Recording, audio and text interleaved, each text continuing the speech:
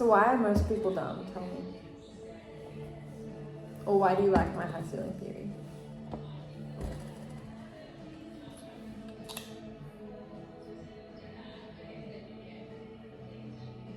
I think I like the theory because it puts a non-negative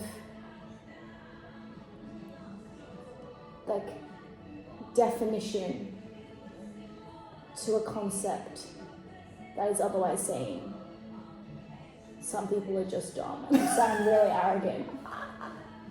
But So you're saying I'm still saying the same thing by saying that we're high ceiling and some people are not, but just in fancier packaging. No, I think it's a bit like you can, like there are supermodels and they can be beautiful. Yeah. And you have average people and then you have ugly people. Mm-hmm. But you don't go around saying, well, you're fucking ugly. If you're a supermodel. Yeah. Right. It's just kind of this like... This is the same argument that I made in my previous video. Yeah. Or even just like, it just explains a lot of feeling different. Or like feeling like you understood others, but others didn't get you. But I wonder though, like, because we were talking about this the other day, does everyone just feel different? Does everyone feel a little misunderstood? Is that just the human experience? Yes, but I think maybe it's the intention behind it then. It's the intention of a lot of people just want to be normal. Like, I see. Like, everyone's differences exist and everyone's human experience is different, but a lot of people try and gravitate towards this normal. Yeah, because they want to fit in. Yeah, whereas it was always like normal isn't the goal. Like the average isn't the goal. The lowest common denominator isn't the goal. But it's also like if you're surrounded by people who, I guess, think like that, it's weird to think that you're different. I wonder then, are we different because we're actually different and we think different, or because we want to be different and we don't crave to fit in? Like maybe we're not actually that different. Like this is something I always come back to. Maybe I'm just tripping. Maybe I think I'm so high ceiling and so like different, but maybe I'm just normal. Maybe they're different. Or maybe everyone thinks this way. Everyone doesn't think that way. You don't think? No. Every now and then I feel like I think this and I'm like... Just like went on a wild power trip? Yeah. And that's fair to think as well. But then I'm like, and then I meet someone and I'm like, oh wow, wait, no. What is going on? This is a real thing. Yeah. High ceiling is real. Yeah, I don't know. I think... Like why? I feel like it's the whole nature versus nurture argument a little bit. Nah, it's all nature. This is my argument. The high ceiling argument is that it's like all nature. There's no nurture in it. I don't think that's entirely true. I disagree.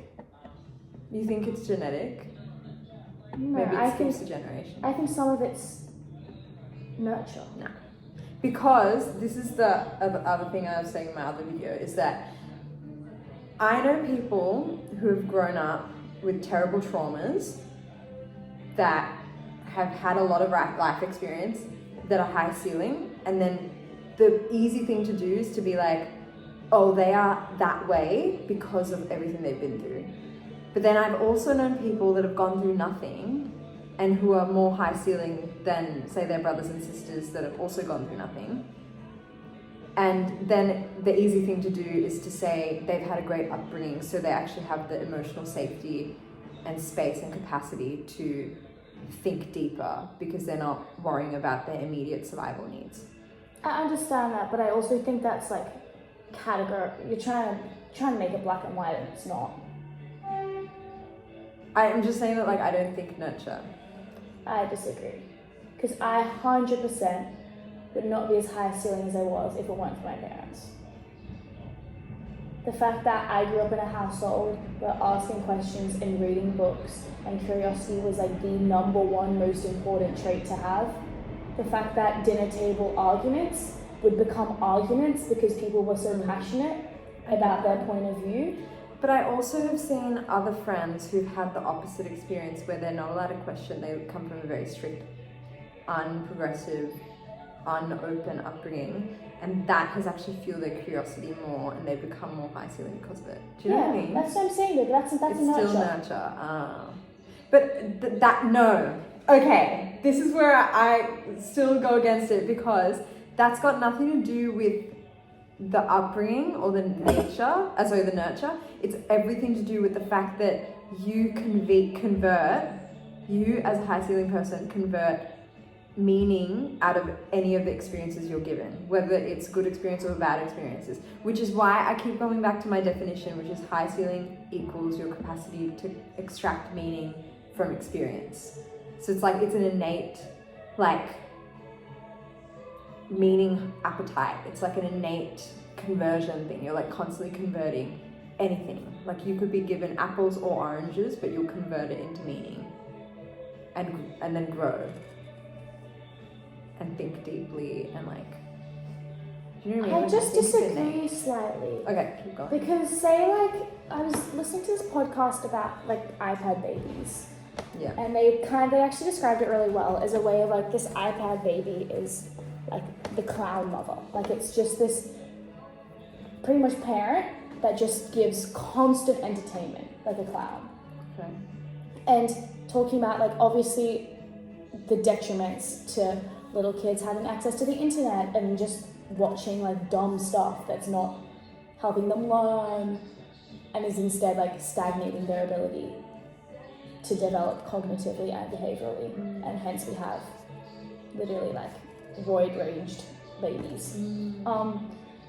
And if you had that same baby and you did not expose them to an iPad from birth, They would be different. they would be different. Yeah. Like, the exposure to the iPad But I don't is know a if nurture. the difference is high ceiling or if the difference is just more emotionally regulated.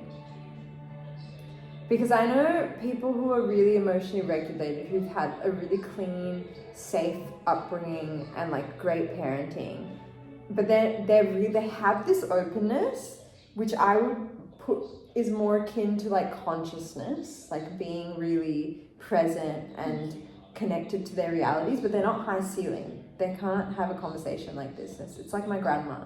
She's conscious but not high ceiling.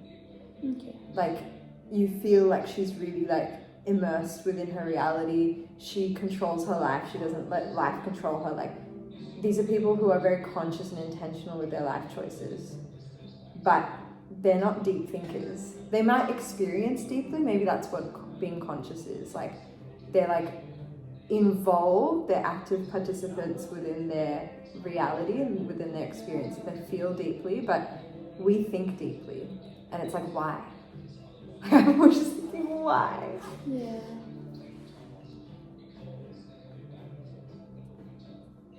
I'm not sure.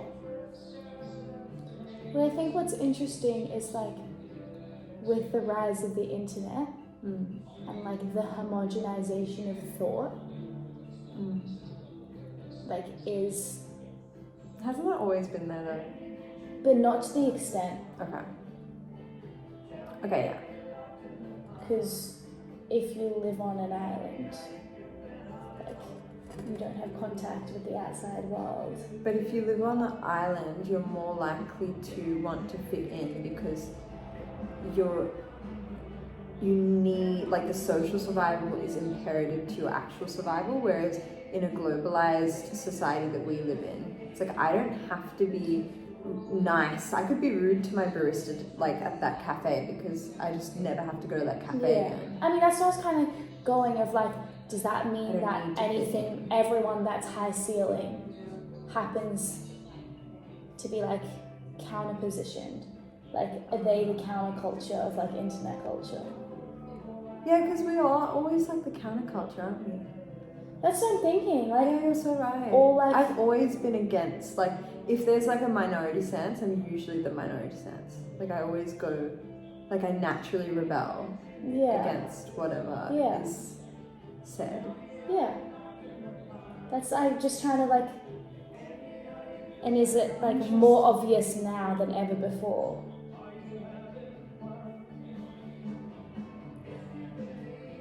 Interesting. That's a really good point. I don't know, just like, I never thought of that one before. yeah. But then... No, but then there are some people who are alternative. Maybe they're like basically alternative. Yeah. Are they alternative? They're actually alternative, or like they're just like trying to be trendy. Because alternative is a trend as well. Yeah. But like I feel like we're both actually alternative. Maybe. Like you come off it outwardly because of the way you dress and stuff. But like true, the way I present myself. I think I'm a little bit more like socially palatable. Like in terms No, of... that's so fair. I've never claimed to be socially palatable.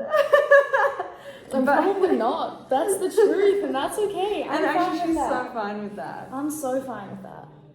I think that I present in a palatable way, but internally I don't agree with a lot. Yeah. And is that a high ceiling thing, do you reckon? Yeah, maybe. I think you're right. I think you're onto something. So I think all of my high ceiling friends are like... It's just this, like, deeper understanding that there's, like, more than normal, and there's more than society, and there's, like, more than just the way it is. Well, like, there isn't a reason for the way it is, or there is, like, cause and effect, but like there's no valid reason for the way that like society functions, or that the way people think, or etc. It's just, I think it's like that kind of innate understanding. It's like you feel like we can see more than them, right? Our ceiling's actually higher, like we can see further. We can zoom out more. Yeah. We can see more objectively. Yeah. So everyone's so comfortable with like just eating what they're fed. And I think that's like apparent more than ever in like, it's manifested more physically globally because of the internet. Like obviously in medieval times when the Catholic Church was like, we're going to kill you if you don't agree with us, or peasants couldn't read, so they just believed whatever the preacher said. Like they obviously just ate what they were fed. Maybe, I think that's just human survival though. Maybe that is just an instinctive wanting to fit in with your tribe. Yeah. But so maybe we're the leaders. Maybe but I don't think we're necessarily the leader.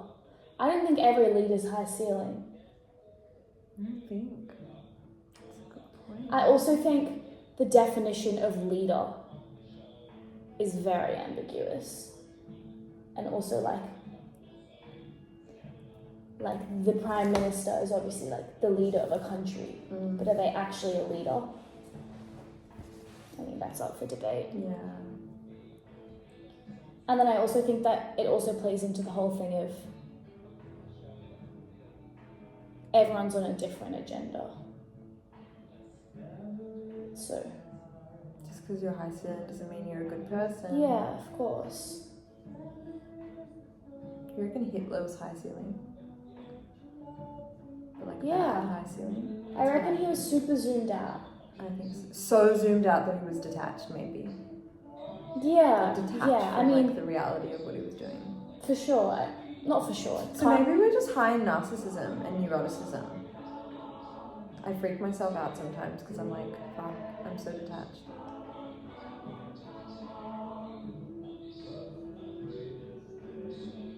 I think this is where it gets so fickle. And like we can disagree on something, even if we're both high ceiling, and two people that are low ceiling can both disagree on something. And it's, I think that part is more of a worldview issue, not a high ceiling issue. True. It's true. That's like values, morals, upbringing. Do you have a pain associated with you being high ceiling and you being misunderstood and feeling isolated? Like, did you ever does it frustrate you ever? And how do you cope? If so. Yeah, I feel like it is very frustrating. Like, I think to really want change and not have others see the same vision is really frustrating. Also, like, just feeling like different, especially in like primary school, when I think there's a combination of like everyone's trying to be the same, but kids are also so blunt and honest and haven't quite learned to filter yet.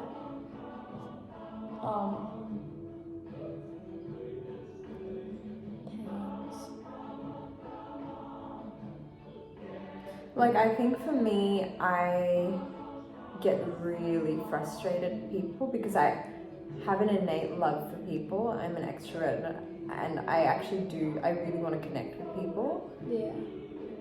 And I want to connect with people and engage my high ceiling nature through extroverted conversations. And the problem that I always have kept running up against is the fact that every time I open my mouth, it's like I'm speaking an alien language and I can never connect because they have no idea what I'm saying.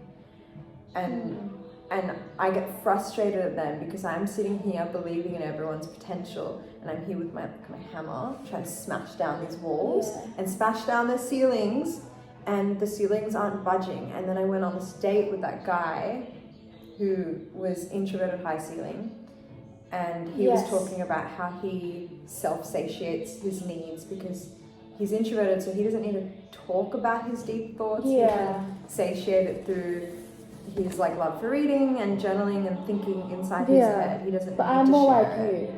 You're more like me. Yeah.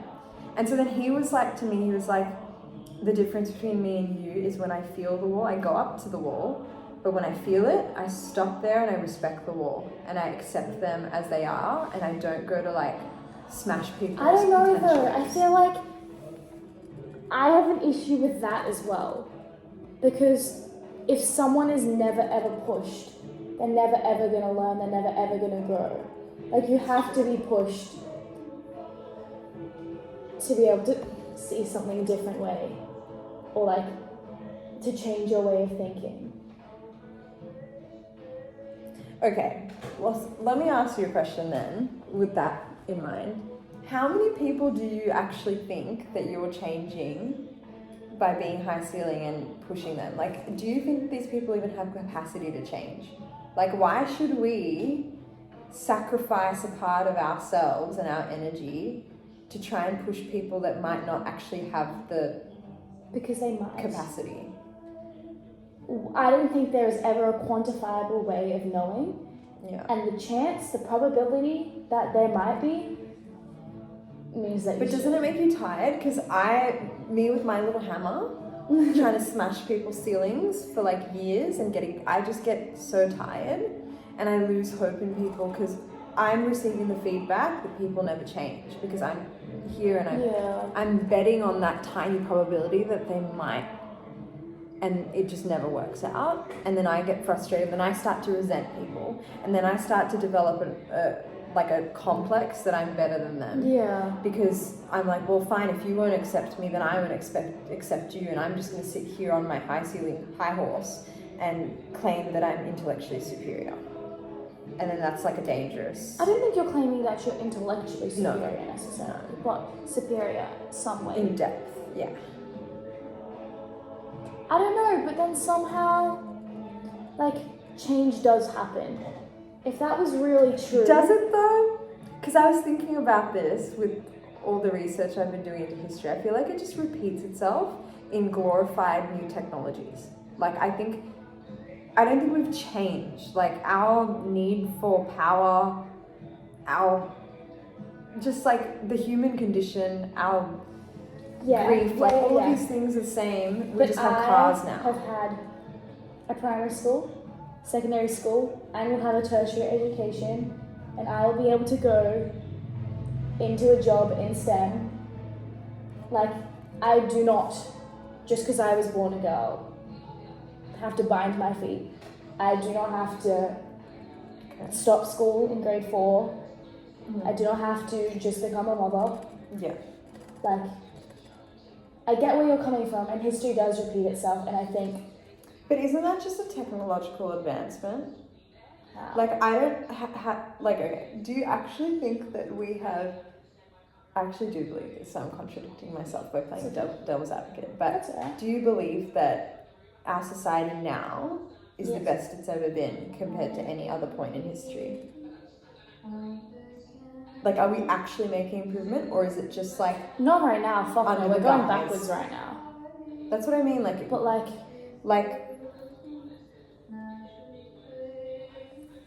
like, just because you get to have an education and you don't have to be a mother doesn't necessarily mean that your quality of life is, like, better. Like, what are we measuring this success by? What are we measuring this growth by? Like, change. Like, why is change actually... Is change actually good? Like, should we be... Not necessarily, but it's inevitable. I think a better word might be expansion. Explain. I think this is where I go into like a bit hippy-dippy spiritual That's okay. territory. But like, we talk about how the universe is expanding, and through it experiencing itself like a reflection in these tiny little aspects, like lives that it's living.